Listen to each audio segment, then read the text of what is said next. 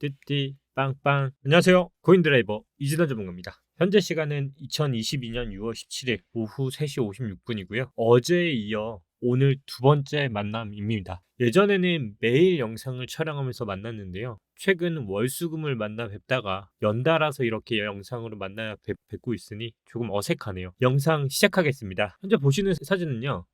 비트 기준 오후 5시에 약 7억 달러 상당의 옵션 만기가 예정이 되어 있습니다. 얼마 안 남았죠. 맥스파이는 25K, 아울러 금일 나스닥은 내마녀의 날이며 파월이 연설을 진행할 예정이기도 합니다. 아직까지 큰 흐름이 나오지 않는 거로 봤을 때 비트는 아무래도 저점을 지키려고 하지 않을까 싶습니다. 9시 45분에는 파월 연설이 있고요. 내마녀의 날이 또 있습니다. 오후 10시 30분에 개장을 하고요. 항상 파월 연설과 내마녀의 날은 어떤 이슈들이 있을 때 시장에 충격을 주었습니다.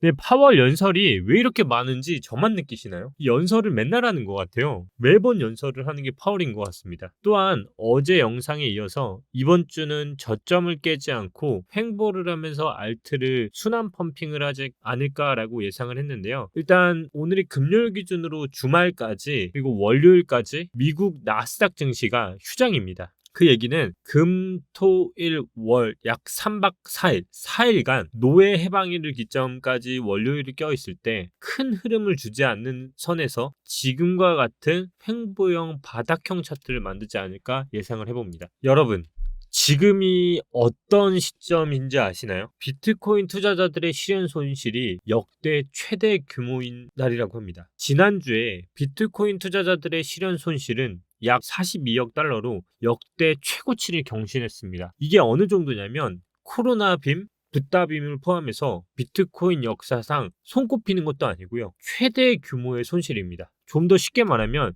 지난주에 나온 게 비트코인 역사상 가장 큰 규모의 손절이 발생했다고 합니다. 단기 투자자의 실현 손실은 지금껏 있어 왔던 하락장에서 흔하게 발견할 수 있는 수준인데 코로나빈과 비교하면 그 절반 수준, 붓다빈과 비교하면 비슷합니다. 야, 진짜 어마어마하게 손절을 한 거예요. 장기 투자자들의 실현 손실이 주목할 만한데 붓다빔 때도 끄떡없던 그들의 실현 손실이 코로나빔 수준으로 근접을 했습니다. 큰 이익을 보고 넘기는 물량을 받는 것과 더 이상의 손실을 막기 위해 어쩔 수 없이 넘기는 물량을 받는 것에서 얻을 수 있는 손익비는 장기적 관점에서는 큰 차이를 보일 것이라 보고 있고요. 또 여기서 불난집에 기름을 부을 수도 있는데요. 비트맥스 창업자는 이렇게 알트코인이 50% 추가 하락 가능성을 또 제시했습니다. 이유를 들자고 하면 다수 암호화폐 기업들이 유동자산을 매도 가능성이 커지면서 코인 가격이 50% 이상 추가 하락.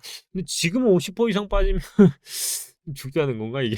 엄청납니다. 이런 불난집에 기름 더 붓고 있죠. 그렇다고 부정적인 기름만 붓는 기사가 있는 건 아니고요. 최근 6일간 69개의 고래들 주소를 추적해 봤는데요. 고래들 주소들이 추매를 한 때가 있습니다. 근데 그게 언제냐면 지금이에요. 2022년 6월. 이 사진을 잘 보시면요. 2018년 12월 때만 보더라도 고래들은 사실상 저점에 샀다기보다는 떨어질 때 샀어요. 그리고 약 1년 뒤에 대폭적인 상승이 나왔고요. 코로나 때도 마찬가지입니다. 코로나 빔이 터지고 추매하고 1년 뒤에 또다시 상승을 했고요. 2021년 5월도 하락을 했던 시점에서 샀고요. 그러니까 대규모의 고래들조차도 멀리 봤을 때는 바닥대 산 건 아니고요. 그 도중에 샀던 겁니다. 상위 69개의 고래 주소들이 6월 9일부터 6월 15일까지 매집한 총 비트코인 규모는 10만 6,333개고요. 그 얘기는 또 긍정적으로 생각해 보면 많은 주체들이 저점을 다질 것으로 예상을 하고 장기적으로 보았을 때 매수를 하고 있다는 얘기가 됩니다. 야, 근데 이렇게 가파른 차트에서 사실 개미들이 1년 후를 생각하고 매수를 할 수 있는 사람들이 드물죠. 근데 제가 기존에도 말씀드렸고 어제도 말씀을 드렸지만 저는 9월까지는 그렇게 메리트 있는 장이 펼쳐질 것 같지는 않다. 말 그대로 차트 자체는 하향으로 분명히 지금 돌려져 있는 상황이고요. 그것을 다시 우상향으로 돌아가기까지는 시간이 걸리는 차트가 만들어질 수밖에 없고 그 역량으로 일단 자이언트 스텝이 분기별로 진행이 돼요. 미국이 또 자이언트 스텝을 예고했죠. 연방준비제도 FED 연준이 7월에 또 한번 자이언트 스텝을 예고하고 있는데요. 이게 지금 말이 많아요. 0.75다, 0.5다 얘기가 나오고 있는데요. 최소한 0.75나 0.5 둘 중에 하나로 될 것 같아요. 근데 지금 기존의 하락은 0.75라는 초극단의 퍼센트를 줬어요. 그러니까 지금은 0.5를 줘도 0.75를 주든 어떠한 영향권에 있든 지금은 영향을 받을 것 같다고 예상을 해서 기존 영상에 이어서 제가 바라보고 있는 점에 대해서 기존 영상에서 다뤘잖아요.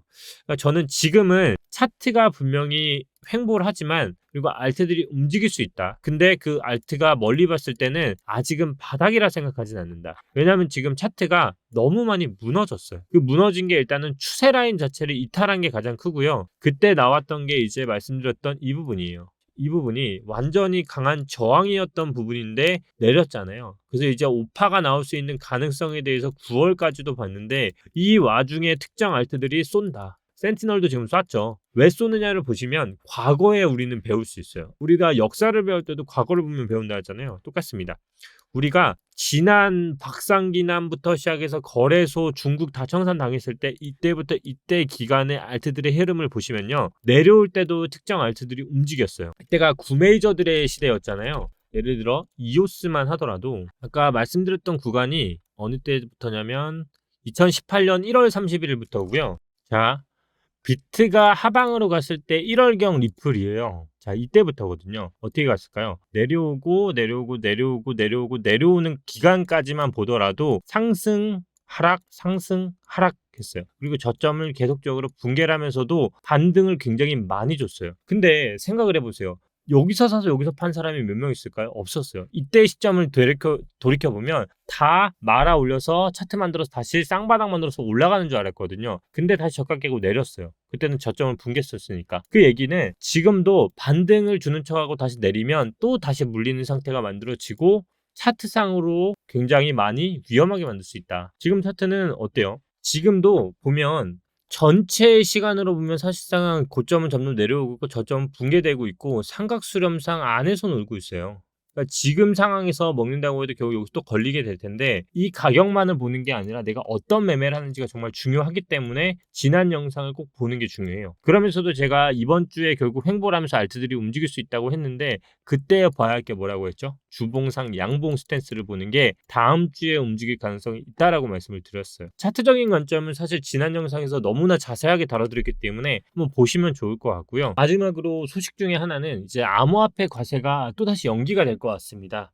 저는 사실상 이거에 대해서 그렇게 좋은 입장은 아니에요. 왜냐면 빨리 과세를 하고 빨리 제도권화에 안착을 되는 게 멀리 봤을 때 이 시장의 안정성을 담보를 한다고 생각을 하는데 지금 현 정부의 입장은 과세는 나중에 하고 먼저 체제 정비부터 하자는 입장으로 바뀐 것 같아요. 뭐 결국 어떻게 되든 결국 이 시장은 안정화가 되어 있다는 거는 맞는 것 같고요. 우리는 주식의 선 모델이 있기 때문에 그 시기에 맞춰서 점점 제도 정비가 돼 간다. 결국 우리가 하고 있는 가상 자산은 멀리 봤을 때 그 방향성이 하락을 했다 조정을 하고 횡보를 하고 할지언정 결국 우상향으로 가면서 제도권화에 점점 정착이 될 거라는 게 결국 그 같은 스탠스입니다. 이제부터는 정말 많은 단타장이 나올 거라 생각을 합니다. 추세가 변경이 되려고 하면요. 주봉상 장대 양봉이 나오는 시점이 추세 변경이라 생각하시면 될 것 같아요. 아래 꼬리 그리고 그 다음 장대 양봉이 추세를 턴하는 방향이기 때문에 웬만해서는 그 다음부터 이 힘을 잃지 않기 위해서 지속적으로 내릴지언정 다시 올라가려는 스탠스가 나올 것 같고요. 이더리움 관련해서도 정말 많은 얘기가 나오는데요. 저는 이렇게 생각합니다. 이더리움이 만약에 문제가 생긴다면 솔직히 가상자산파는 망한 거나 다름없습니다. 그만큼 비트코인과 이더리움은 시장에서 갖고 있는 영향력이 너무나도 크기 때문에 만약에 문제가 생길 수는 없다라고 생각을 하고요. 그만큼 여러 가지 상황에서 이더리움에 대한 기술성 있다고 저도 생각을 하고요. 생태계를 만드는 데 있어서 이더리움은 정말 중요한 위치이다. 이더리움이나 비트코인 외의 코인에 대해서는 제가 왈가불가할 수는 없지만 최소한 두 가지 코인은 사실상 가상자산의 존폐여부가 달려있는 거기 때문에 멀리 봤을 때 이 두 개는 사실상 이 시장 자체의 기둥이나 다름없기 때문에 믿어 의심치 않아도 될 거라 생각을 합니다. 이더리움이 참 말이 많죠. 예. 지금 거의 뭐 10주 이상 주봉이 음봉이 나오고 있는데요. 곧 이것도 단기적이나마 좀 단비가 내리지 않을까 생각을 합니다.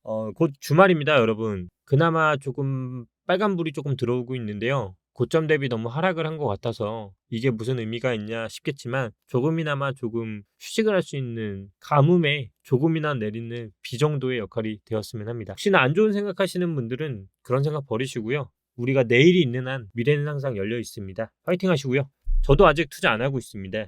그만큼 저도 지금 자리에 대해서 긴가민가 하고 잘 모르겠어요. 이게 누가 지금 바닥이라고 할 수 있겠습니까? 아무도 모릅니다.